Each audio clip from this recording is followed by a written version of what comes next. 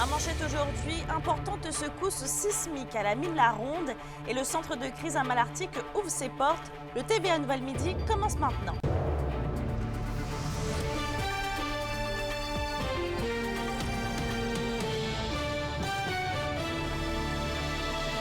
Bon mardi tout le monde et bienvenue parmi nous. Un important événement sismique a eu lieu hier matin au complexe minier La Ronde qui est situé à Prayssac. Et Sophie, on parle d'une magnitude assez importante. Oui, c'est exact, Mélissa. Les tremblements ont été d'une magnitude de 4,1 sur l'échelle Richter et ont été localisés à environ 3 km sous la terre. Les premières secousses ont été ressenties à 8h49 lundi et elles ont été ressenties jusqu'à Rouyn-Noranda, Val-d'Or et Amos. C'est le plus gros séisme qui a été enregistré depuis le début des opérations de la mine La Ronde, donc en 1988. Et les tremblements sont des activités qui sont reliées aux activités minières souterraines. C'est quand même régulier et c'est causé par le réajustement du massif rocher. C'est un phénomène normal, m'a expliqué le directeur général du complexe minier, Pascal Larouche, mais la situation a été quand même stressante là, pour tout le monde là-bas. On peut l'imaginer. Puis Sophie, heureusement, personne n'a été blessé. Oui, c'est ça. Annico Hegel a confirmé que tous les employés qui étaient sous terre lors de cette activité sismique ont été remontés à la surface et le corps de nuit d'hier ainsi que le corps de jour d'aujourd'hui ont été annulés de manière préventive pour permettre aux équipes de procéder à l'inspection des infrastructures. Je vous reviens avec plus de détails sur les opérations à la ronde au TVA 18h. Merci Sophie. Je vous en prie. D'ailleurs, en parlant de mine, après son annonce de vendredi matin à Val-d'Or, le ministre de la région, Jean Boulet, était de passage à la mine Kena de Val-d'Or. Le but de la visite était de prendre conscience du travail effectué par les mineurs et des enjeux liés au domaine minier.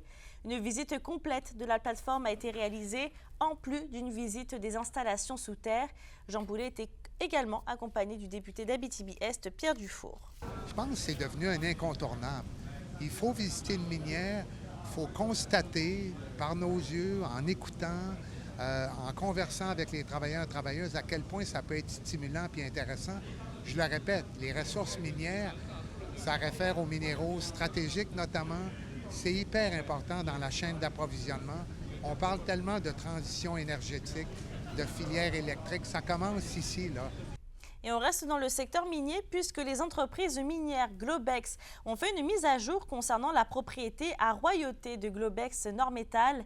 Star Peak Mining a annoncé qu'après avoir complété l'analyse des données d'un levé de sol, de géochimie et de données VTM à Nord-Métal, un programme de terrain de 2 semaines est prévu avant de débuter la phase de forage. Le but est de raffiner les secteurs d'intérêt pour obtenir des cibles de forage et un total de 12 secteurs d'intérêt ont été identifiés. Dans un autre dossier, le centre crise besoin d'aide 24/7 à Malartic ouvre officiellement ses portes aujourd'hui. Et on rappelle que le centre est le premier du genre en Abitibi-Témiscamingue. Des services seront donc disponibles 24 heures sur 24 pour les personnes ayant besoin d'une prise en charge immédiate en lien avec des pensées suicidaires. Des services de suivi, d'orientation ainsi qu'un hébergement temporaire et sécuritaire qui est encadré par des intervenants professionnels seront offerts gratuitement. Un événement porte ouverte aura lieu en septembre prochain afin que tous puissent visiter le centre. On va sur un autre sujet maintenant puisque la suite des annonces successives de fermeture temporaire dans l'industrie du bois en Abitibi-Témiscamingue, le Parti québécois est inquiet de voir l'inaction du gouvernement du Québec pour sécuriser les emplois. Le député Pascal Bérubé demande au gouvernement d'accorder une aide financière aux scieries québécoises afin de les aider à affronter cette crise. Le Parti québécois souhaite aussi que le gouvernement se penche sur la modernisation de l'industrie. Et d'ailleurs, en parlant de bois, les feux de forêt sont 7 fois plus fréquents qu'il y a 20 ans dans le nord de la province. C'est ce que dévoile une nouvelle étude australienne de l'Université de Tasmanie, publiée dans la revue Nature, Écologie et Évolution. Et selon la classification des forêts de cette étude, la ligne qui va de Tadoussac à Rouyn-Noranda est composée de forêts boréales et de taïga, ce qui est la catégorie la plus touchée par l'augmentation des incendies extrêmes.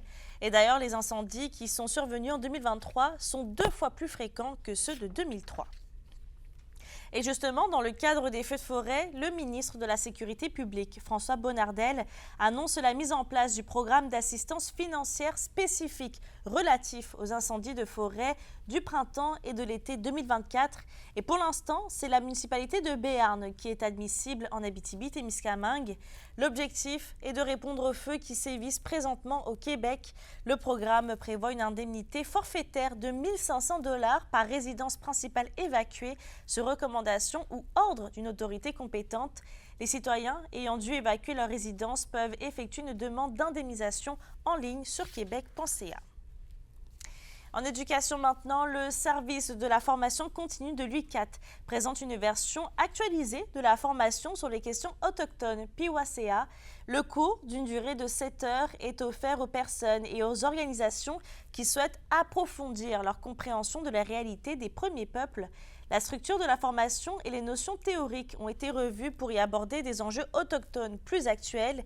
Et depuis son lancement il y a 15 ans, le cours a été donné à 400 reprises et a été suivi par plus de 6000 personnes. On habite tous sur le même territoire, mais on se connaît très peu. Donc, pour nous, c'est vraiment de s'assurer que les gens connaissent l'histoire, les réalités autochtones et qu'elles veulent aussi aller plus loin dans leur curiosité. Donc, les gens désirent côtoyer les Premières Nations. Donc, pour justement dans tous ces gestes-là de réconciliation, donc, qu'il y ait cette curiosité-là, qu'il y ait une volonté de vouloir collaborer, qu'il y ait une volonté de vouloir travailler ensemble, donc pour mieux se connaître puis pour qu'il y ait vraiment un mieux vivre tout le monde ensemble sur le territoire. Un investissement de 814 000 $ a été annoncé par la ministre responsable de l'Emploi, Catherine Champagne-Jourdain, pour permettre aux entreprises de l'Abitibi-Témiscamingue d'être mieux formées en autobus électriques. Et au total, cet investissement va rehausser les compétences de 140 mécaniciens d'ici l'été 2025 grâce à cette formation. Les travailleurs seront rémunérés durant leur formation de 54 heures. La députée d'Abitibi-Ouest, Susan Blais, salue cette initiative qui, selon elle, va aider au développement d'une économie durable et innovante. Parlons logement, puisque la ville de Sainte-Terre annonce le lancement de l'initiative Mission Logement en collaboration avec l'organisation Mission Logement et le Centre technologique de recherche sur le logement. Et face à la crise en cours, le but est de récolter des données afin d'élaborer des stratégies efficaces pour répondre aux besoins spécifiques de notre communauté. La Ville souhaite fournir une réponse durable et adaptée aux défis de notre marché immobilier et elle invite les citoyens à participer à un sondage en ligne pour recueillir des informations socio-économiques ainsi que les besoins des résidents. Sur un autre sujet, le site Goûter à thé souffle officiellement sur ses 5 bougies. La boutique saisonnière a permis à ce jour la vente de plus de 22 000 produits et au total, les revenus des producteurs s'élèvent à 245 000 $. Cet été, environ 23 producteurs offriront leurs produits en ligne et la boutique estivale qui a repris du service le 17 juin dernier sera en fonction jusqu'au début du mois d'octobre. La question du jour TVA, une présentation de Mobilier Bélan qui vous offre depuis plus de 50 ans un service de qualité et un grand choix de matelas mobilier électro au prix compétitif que vous recherchez. À la question du jour, on vous demande, trouvez-vous les produits régionaux assez accessibles?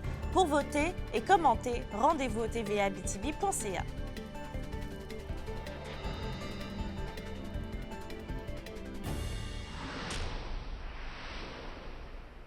4000 personnes ont pris part aux festivités de la fête nationale régionale à Val-d'Or dimanche en fin de journée. Plusieurs personnes craignaient la pluie, mais à la dernière minute, les activités familiales ont dû être déplacées à la patinoire bleu-blanc-rouge. Mais finalement, Mère Nature a éclairci le ciel juste à temps pour la soirée de spectacle qui était prévue. La cycliste rwanda-randienne Olivia Barry est sacrée championne canadienne lors d'une compétition dimanche à Saint-Georges-en-Beauce. Olivia Barry a devancé 42 athlètes dans un parcours de 115 km durant l'épreuve. Elle a terminé en 3 heures 11 minutes et 40 secondes, soit 3 secondes devant la Sherbrookeoise Madeleine Vallière-Mille. Au hockey maintenant, les Forestiers d'Amos annoncent que Guy Nollet est le nouveau président de la formation. Ceci vient 34 ans après avoir fondé l'équipe avec des promoteurs locaux et d'en avoir été aussi le premier entraîneur-chef. Il conserve ses fonctions de gouverneur durant cette 35e saison et le tout a été confirmé lors de l'assemblée mensuelle du 6 juin dernier. Jean-Benoît Mercier devient également le nouveau vice-président pédagogie. Et on reste dans le même sport puisqu'il y a 2 ans, le député d'Abitibi-Témiscamingue, Sébastien Lemire, déposait une motion pour convoquer les dirigeants de Hockey Canada concernant les scandales sexuels dans la Ligue. C'est ce qui a mené d'ailleurs à la démission de son président Scott Smith. Mais d'autres abus ont ensuite été découverts dans d'autres fédérations de sport telles que le Soccer Canada et Gymnastique Canada. Sébastien Lemire espère donc, oui, toujours que le gouvernement donnera suite à la recommandation d'enquête nationale sur le sport au pays. Il y a une recommandation qui est majeure. C'est une enquête publique indépendante. C'est de faire en sorte qu'on puisse aller au fond des choses et de façon à ce que la personne qui est à la tête soit capable de contraindre, d'obliger des gens à participer, à fournir des documents. C'est un pouvoir qu'on avait comme comité parlementaire. Hockey Canada ne voulait pas, évidemment, fournir ces documents-là comme Soccer Canada, comme toutes les autres, là. Mais le fait de pouvoir avoir accès à ces ressources-là a fait en sorte qu'on a pu poser des questions et aller au fond des choses et faire en sorte que les choses ont bougé énormément.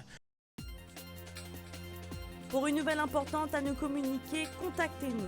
Nouvelle au pluriel @rncmedia.ca, par téléphone 1-866 463 4636 et notre site web tvaabitibi.ca.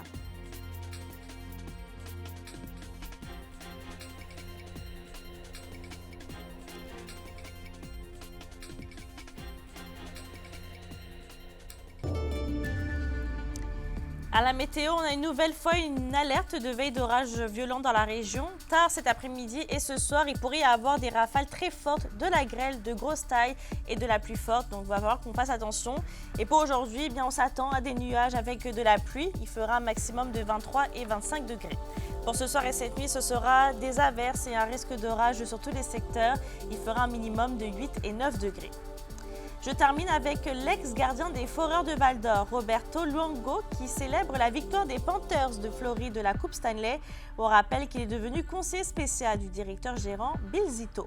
Sur ce, je souhaite de passer une bonne journée. Évidemment, il va falloir qu'on fasse attention avec, encore une fois, une alerte météo. Et on se retrouve au TVA de 17h58.